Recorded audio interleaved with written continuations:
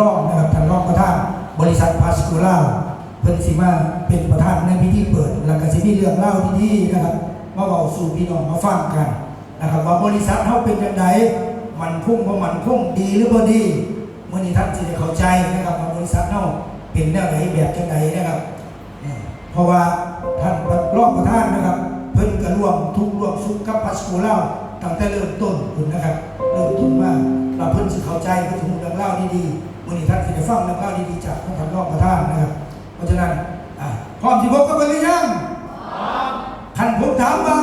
พร้อมก็พร้อมให้ท่านเอามือประสานขึ้นมาเอาลองประสานมือเบิ่งเราประสานมือท่านผมบอกว่าพร้อมก็พร้อมให้ท่านบอกว่าพร้อมแล้วพร้อมแล้วพร้อมแล้วเต้นได้บ่เอาลองเบิ่งพร้อมก็พร้อมก็เอาทีละก็เอาเลยโลดวางเลยพร้อมก็พร้อม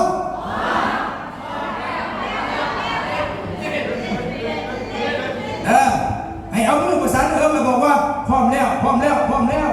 ตื่นเต้นโอเคก็พร้อมก็พร้อมว่าเป็นนกกระจอกสิออกจากห้างโอ้ยเสียงกระโดดตัวแรงๆตั้งกระโดดเห็นตัวเองเจริญพันธุ์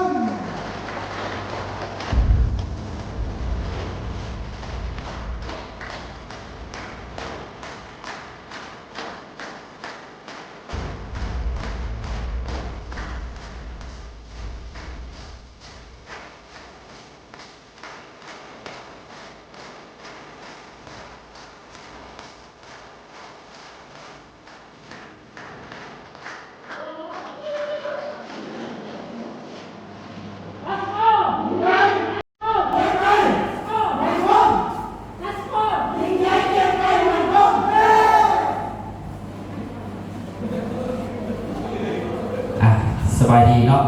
ถือว่ามื้อนี้ก็เป็นอีกเรื่องเล่าอีกเรื่องนึงเนาะที่เฮาได้มาพบกันเนาะใน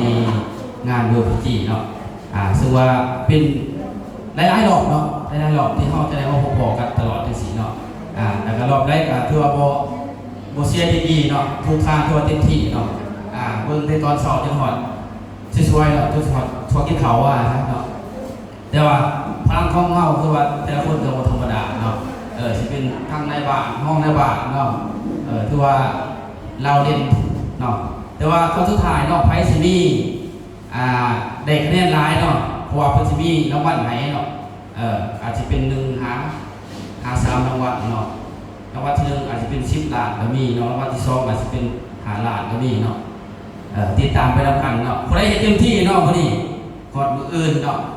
เพิ่นสิเอาเนื้อให้ต่างๆเนาะที่ว่าเฮาเฮ็ดกิจกรรมอะไรเนาะว่าสิเต็มที่สำหรับเนาะอันนี้ก็ถือว่าทุกทางกับการเกี่ยวกับของเนาะแต่ละที่พอว่าในบ้านหรือว่าห้องในบ้านเนาะเอาเต็มที่ทุกฐานเนาะก่อนอื่นเนาะข้าพเจ้าเขาเรียกตัวเนาะข้าพเจ้าซื้อเพชรเสวียงเจริญพันธุ์เนาะแนะนำคณะของบริษัทก็คือห้องประธานบริษัทพาสโกเนาะในการขับเคลื่อนเนาะบริษัทเนาะในทั่วประเทศลาวเนาะซึ่งว่าข้าพเจ้ากับอีกหนึ่งทางที่อยู่ในการขับเคลื่อนระบบซัมเอ็นพีอะคาเดมี่แล้วก็ระบบP125เนาะในการขับเคลื่อนนักธุรกิจเนาะสิเป็นในรูปแบบใดเนาะหลายทางอาจจะเพิ่มของห่วงอาจจะเพิ่มทักว่าเป็นในจุดใดดีเดิมแบบใดเนาะแต่ว่าหลายทางเขามาแล้วก็มีบางส่วนที่พอเข้าใจเรื่องระบบของเฮาเนาะแต่ว่าในระบบของเฮาก็คือระบบเกิดว่าเพื่ออุ่นกันเนาะแสดงว่ามันก็เฮ็ด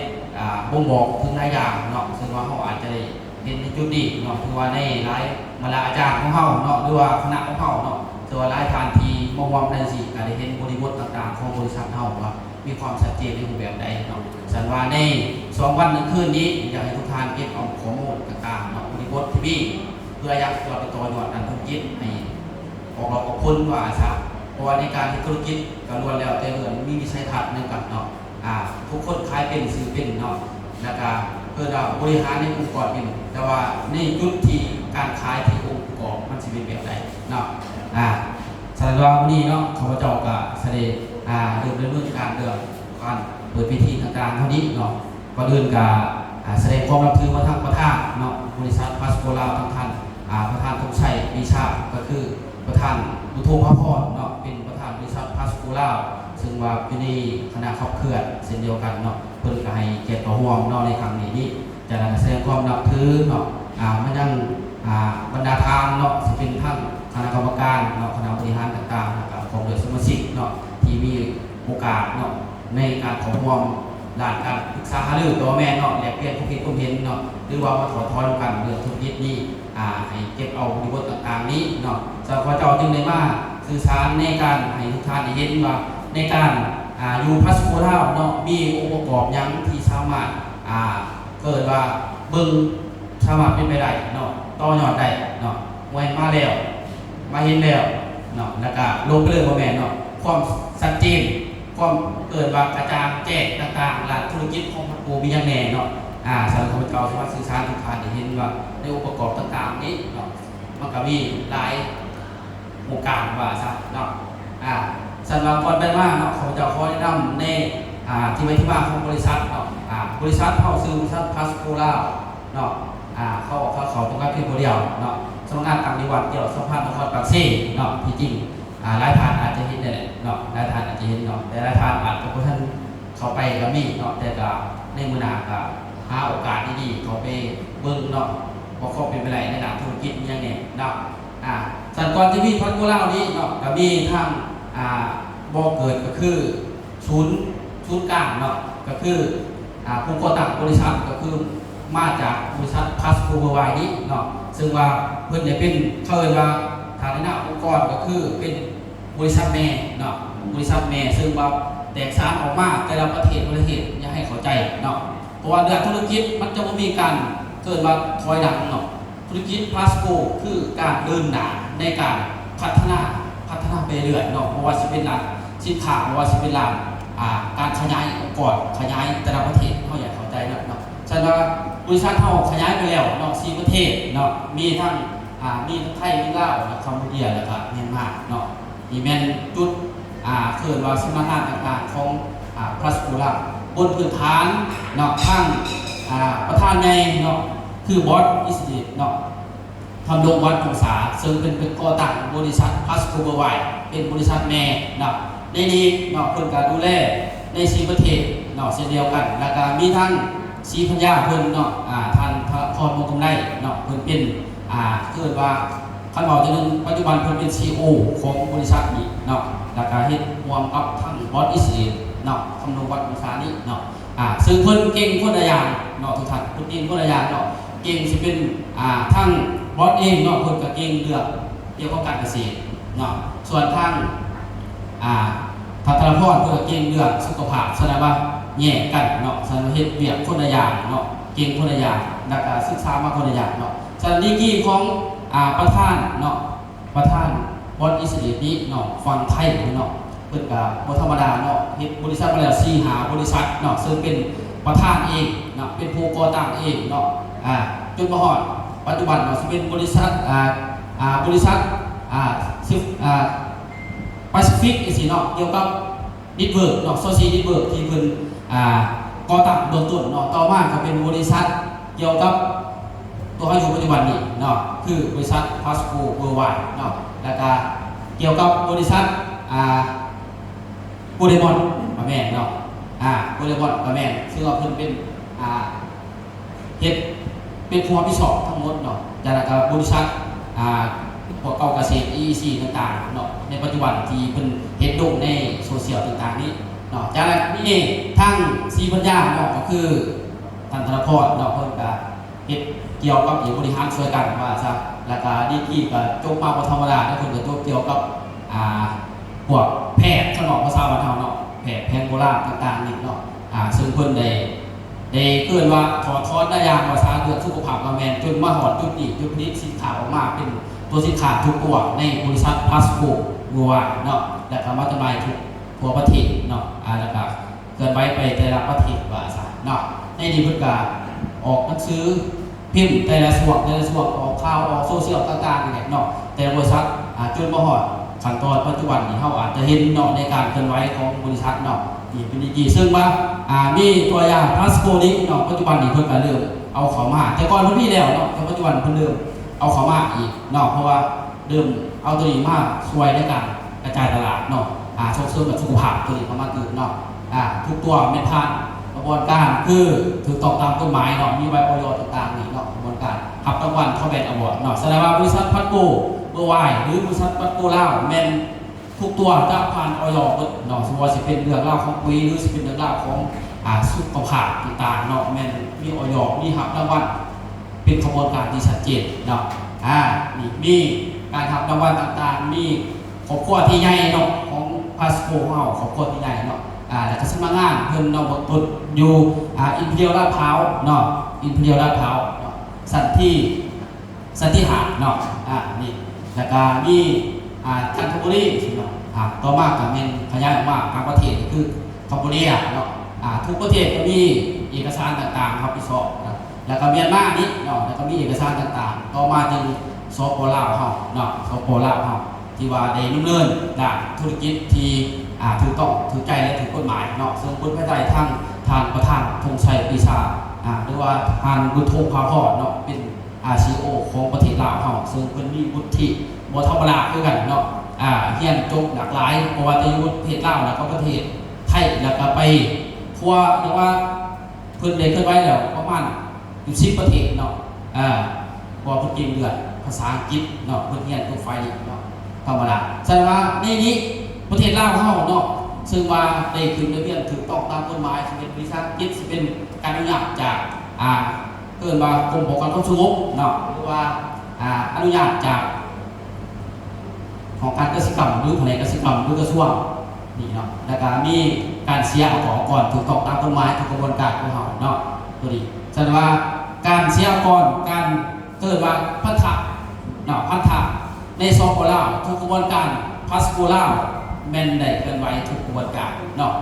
ทุกกระบวนการนี่เนาะแล้วก็มีทะเบียนวิวการจัดตั้งของเฮาเนาะที่ห้องหับในรูปแบบโครงการจัดตั้งเช่นเดียวกันเนาะแสดงว่าทุกท่านบ่ต้องเกินว่าบ่ต้องน้อยใจว่าเฮ็ดอยู่นี่แล้วสิมีหางเสียงต่างๆเกิดขึ้นเพราะเอาห้องหับการเดินกิจกรรมทุกกระบวนการซึ่งเส้นผ่านจากกรมมาเนี่ยเนาะแล้วก็รวมภาครัฐเพิ่นก็ห้องหับเฮาไว้เนี่ยเนาะแต่ก็มีคณะของเฮาต่างๆเนาะสถิติของประธานเพิ่นดูแลเนาะเพิ่นมาได้ใช้ตุกได้ใช้เนาะทำบ่ธรรมดานะคนธรรมดาที่บ่ธรรมดาเนาะเบิ่งเพิ่นคือเบิ่งทีนึงก็คือธรรมดาแต่เบิ่งทีนึงคือบ่ธรรมดาเนาะอารมณ์ของเพิ่นอิงตามเพิ่นว่าสถานการณ์เนาะแล้วก็ความรู้ก็อิงตามคือกันเนาะเพิ่นสามารถเบิ่งคนใดเนาะใส่คนเป็นเนาะวิธีการของเพิ่นมีอยู่ทางคือสารของเพิ่นเนาะในนี้ที่อยู่มันเป็นจบด้านการศึกษาบ่ธรรมดาเนาะก็คือจบเบื้องต้นคือประเทศเบิกประเทศลาวเฮาเนาะก็คือเกี่ยวกับเพิ่นเป็นครูบางอย่างเนาะเพิ่นเป็นครูและเพิ่นเป็นอิสริยะเอาง่ายอัจฉริยะเอาง่ายสักเนาะข้าพเจ้าจะเล่านิดนึงในสมัยก่อนข้าพเจ้าเรียนกับทานประธานเนาะข้าพเจ้าเรียนที่บ่เก่งแต่เราเป็นผู้เรียนเก่งเนาะข้าพเจ้าเก่งนิดนึงเนาะเราเก่งเนาะเราเก่งเนาะเก่งนี่แหละมวยเนาะเนาะมวยมาอยู่กันอยู่ดีเนาะอาจารย์สอนเนาะอาจารย์สอนแก่ดีเนาะมี7หัวข้อปั๊บนี่เนาะเขียนปั๊บออกมาเนาะเฮากำลังจดหัวข้อแล้ว3ข้อแล้วแก่ในบ่แม่นว่าเรื่องแล้วแก่ดิเนาะ3ข้อแล้วข้าพเจ้าก็ยังจดอยู่จดหัวข้อแล้ว3ข้อความเร็วของเราเนาะบอกลบคูณหารหรือว่า4เด็กคือว่าทุกกระบวนการของเด็กว่าซะเนาะคือเราพวกพี่สองเราเก่งดียอมรับเราเก่งเนาะที่ว่าอัจฉริยะเพราะว่าแต่ไฟดีเนาะหลักการเรื่องภาษาอังกฤษของเราเนาะเราเป็นแต่คนเดิมขั้นมาแล้วอายุประมาณ10 กว่าปีนิดนึงนี่แหละเนาะเราเริ่มเข้าใจในภาษาอังกฤษเนาะทุกอย่างกระบวนการที่เราศึกษาเนาะแม้กระทั่งยางไปนี่เราเก็บเอาข้อมูลทุกอย่างเนาะอันนี้เป็นคือวิชาการที่ดีเนาะในการเก็บเกี่ยวฉันเราก็เลยเอามาใส่กับเดือดธุรกิจเฮาเช่นเดียวกันเนาะทุกกระบวนการเนาะเก็บทุกกระบวนการเนาะที่เป็นเสร็จว่าผ่านตรงนี้ปึ๊บหลังจากนั้นเราไปเรียนต่อเนาะไปเรียนต่อซึ่งว่ามีทุนของสมาคมขายตรงของประเทศไทยประเทศลาวมีเราผู้เดียวที่ได้ไปเรียนเนาะคือประธานซึ่งว่าได้ไปซึ่งการไปเรียนนี่มันจะโบมีว่าภาษาไทย แล้วภาษาลาวเนาะภาษาอังกฤษล้วนๆเขาไปนั่งสมาคมตัวนี้เนาะฉันไปก็อยากอยู่นี่จูเราพอเขาเห็นเวลาเขาเห็นเขาเอาไปจูเนาะเขาไปเจ้าไปเขาไปเจ้าอยู่จูเราเพื่อกันเนาะเพราะว่าก็คะแนนขึ้นมานะก็คะแนนในผ่านเนาะเพราะว่าฝ่ายนี้เป็นบอกภาษาอังกฤษโดยตรงเนาะทุกกระบวนการในการสื่อสารเป็นภาษาอังกฤษเนาะแม้กระทั่งประเทศไทยเนาะผู้ที่เขาวางกระบวนการในคนก็ยังเลยขอไปยุ่งจิ้วเพิ่นเนาะย้อนอย่างเพราะว่าบ่เดินข้อมูลยังบ่แล้วเนี่ยการสื่อสารเนี่ยข้อเข้าใจบ่แม่นข้อมูลที่มีว่าโอ้คนเป็นแล้วขอจักแล้วบ่แม่นมันบ่เดินเข้าใจลึกๆในธุรกิจนั้นๆพอเนาะใช่ว่าขายตรงที่เป็นขายตรงอยู่ประเทศลาวและก็เขาเจ้าขึ้นมาอยู่เอเชียเนาะในเอเชียเท่านี้เราติดท็อปมาซะท็อป10ในเนาะในการเฮ็ดธุรกิจไฟนี่เนาะแสดงว่าตบมือทางประธานอีกเด้อเนาะเป็นอีกเหมือนเนาะอันนี้เขาเจ้าเองเนาะซึ่งว่าการรับผิดชอบในปัจจุบันนี้เนาะก็คือเกี่ยวกับบัญชีของบริษัทของเนาะเพราะเขาเจ้าเคยเฮ็ดธุรกิจก็เคยเฮ็ดด้านเป็นพนักงานข้าราชการเช่นเดียวกันเนาะเป็นองค์กรอยู่ในองค์กรได้หนึ่งว่าซะเนาะแล้วรับผิดชอบเกี่ยวกับบัญชีเขาเจ้าจบปริญญาตรีเราเป็นนักศาสตร์เนาะซึ่งว่าได้เกี่ยวกับบัญชีโดยตรงเนาะสามบัญชีเขาเจ้าเข้าได้เนาะแล้วสามารถให้ตัวว่าซะเนาะให้ตัวมาเจอกับคืนแน่นอนเนาะเพราะเขาเจ้าเฮียนไฟมาเลยตัวเนาะแม้กระทั่งแผนกเนาะแผนกเคยมาทดสอบบทเรียนเขาเจ้าช่วยกับคืนสุดท้ายกับคืนแล้วเมื่อเนาะย้อนระบบบัญชีตัวนี้เนาะเขาเจ้าไม่ทำพิสอบในพัฒนาเป็นเกี่ยวกับบัญชีสวยเนาะที่จริงมันจะมีบัญชีอีกระดับหนึ่งว่าซะแต่เขาจะเป็นบัญชีโดยตรงเนาะที่เป็นเกี่ยวกับร่วมทั้งแผนกหรือเป็นกระทรวงต่างๆที่มาตรวจสอบมันเขาไปตอบที่เป็นผู้ดูแลตัวนี้โดยตรงเนาะดูแลแบบนี้แต่ก็มีทั้งพอคนเนาะพอคนรับผิดชอบตัวนี้คนการดีกีทุกคนทุกคนนี่เนาะอาจารย์สันติสุขเนาะที่มาสอนนะเพื่อกาจบมหาวิทยาลัยเนาะมหาวิทยาลัยของจังหวัดสระบุรีแหละเนาะเศรษฐศาสตร์และการปกครองเนาะ2829ที่เป็นจบมาเด้อไฟตัวนี้เนาะครับที่สอบแสดงว่าดีกีของแต่ละทางคือว่าบ่ธรรมดาที่ว่าเขาความในองค์กรของธุรกิจทางนี้เนาะแสดงว่ามาดูแลช่วยกันเนาะแสดงว่าหลายทางคืออะไรคือคณะเขาได้ผ่านคำว่าคือประวัติของแต่ละทางอาจจะมีอยู่เนาะเขาจะเอาจะได้ตัดออกนับ4-5เนาะแสดงว่าจะได้ว่ารวบรวมเอาเป็นองค์กรหนึ่งมาบริหารส่วนกันเนาะแบ่งหน้าที่ตำแหน่งเพื่อให้ความชัดเจนเกิดขึ้นเนาะสันวันนี้พาสโกล่าวันนี้มันมีทั้งสำนักงานมีทั้งผู้นำเนาะที่ดูแล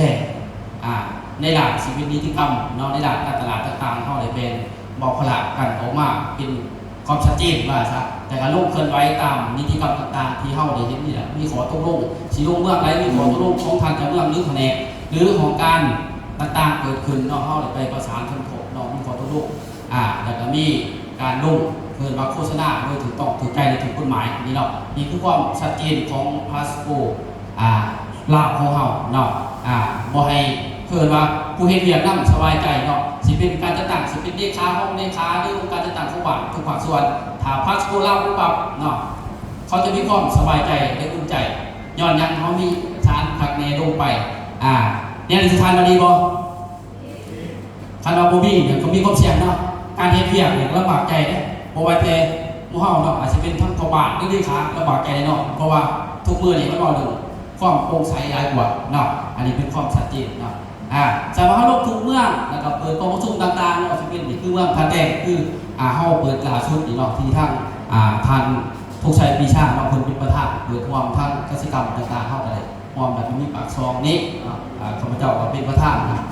แสดงว่าทุกกระบวนการเนาะของพาสโกเฮานี้เนาะเป็นกระบวนการที่ถูกต้องถูกใจและถูกกฎหมายเนาะและความชัดเจนที่ชัดเจนเนาะแล้วก็สินค้าทุกตัวมันผ่านออยเพื่อว่าสิเป็นตัวกาแฟว่าสิเป็นตัวอื่นๆว่าซะมันถูกต้องตามกฎหมายเนาะแล้วก็ตัวปุ้ยเฮามันผ่านไปทะเบียนคุณเนาะถ้าว่าเส้นห้องหับจากกรมว่าเป็นสมิธเบียนและสตินะต่างๆนี้เนาะสันว่าในตัวปุ้ยทุกตัวมันผ่านบทวิจัยต่างๆบทต้องชี้แจงเนาะถูกต้องบทกระบวนการของเฮานี่นี่คือองค์ประกอบหรือองค์รวมของบริษัทของเฮาเนาะ ฉันว่าการเรียนธุรกิจคือการจับมือร่วมกันและให้สบายใจระหว่างสองฝั่งสองฝ่ายระหว่างนักธุรกิจและผู้ร่วมธุรกิจเนาะในรูปแบบของพาสปูลาวของเราเนาะมีโครงการต่างๆหลากหลายที่เกิดขึ้นเนาะหลากหลายที่เกิดขึ้นเนาะแล้วก็มีกิจกรรมต่างๆเนาะสำหรับแนวทางของพาสปูลาวคือนำสู่ทุกทางไปสู่เกิดว่าความเจริญมุ่งเอื้องแน่นอนเนาะเพราะว่าของเขาคือถูกต้องถูกใจและถูกกฎหมายเนาะบ่ต้องเสียดในเรื่องตัวนี้เรื่อยๆเนาะและกิจกรรมต่างๆก็มีหลากหลายเนาะอยู่พัดโกเนาะมีทั้งงานมีทั้งเงินมีทั้งเที่ยวมีทั้งมวลเนาะตัวครบองค์ประกอบไปเลยเนาะทุกท่านเนาะนี่ที่จริงหลายภาพเนาะที่ว่าการที่เฮาได้ไปเที่ยวเนาะสำหรับข้าพเจ้าเอาให้เบิ่งข่าวๆไปเนาะแล้วก็มีกิจกรรมลงแพต่างๆเกิดขึ้นเนี่ยแล้วก็กลับจากนี้ก็จะมีเดือนที่7มีกิจกรรมลงแพอีกซึ่งว่าท่านประธานร่วมกับทางบอสใหญ่เนาะผู้ใดสิเขาร่วมเนาะสามารถซื้อสินค้าเนาะเป็นโปรที่มีโปร